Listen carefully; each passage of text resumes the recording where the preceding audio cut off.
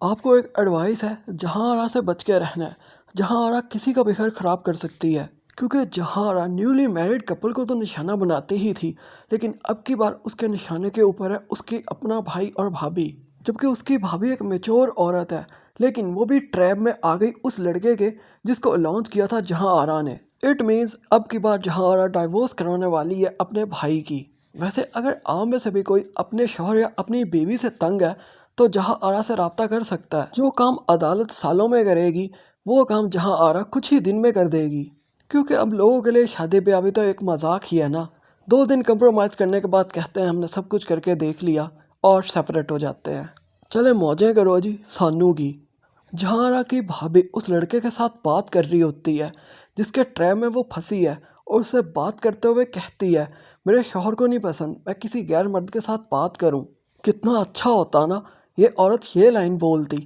کہ میرے اللہ کو نہیں پسند کہ میں کسی غیر مرد کے ساتھ بات کروں، کیونکہ نارملی میاں بیوی کے درمیان جھگڑے تب شروع ہوتے ہیں جب وہ ایک دوسرے کو کسی بات سے روکنا شروع کرتے ہیں۔ لیکن اگر میاں ہو یا بیوی دونوں انہی لمٹس کو فالو کر لیں جو رب تعالیٰ کی ذات نے بنائی ہے تو شاید دنیا کے کوئی میاں بیوی الگ ہی نہ ہوں۔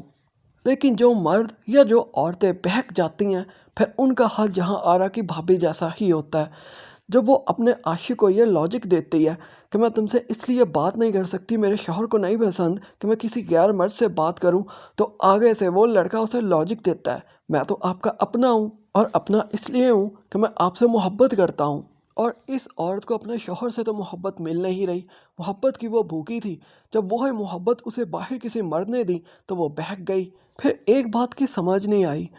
عاشق گھر میں گھس جاتا ہے جہاں آرا کے، اب وہ جہاں آرا کو دیکھنے آیا تھا، اسے پیار کرنے آیا تھا، یا اسے ختم کرنے آیا تھا، سمجھ نہیں آئی۔ جب اس پر پسٹل تان لیا جاتا ہے جہاں آرا کی جانب سے تو وہ آرام سے 2 فٹ کے فاصلے پر کھڑا ہو جاتا ہے، نہ تو وار کرتا ہے اور نہ وہ کام کرتا ہے جو وہ کرنے آیا تھا، کیونکہ رائٹر کی یہ لاجک تو غلط ہو جاتی ہے کہ عاشق صرف رات کے اس پہر جہاں آرا کو دیکھنے ہی آیا ہوگا۔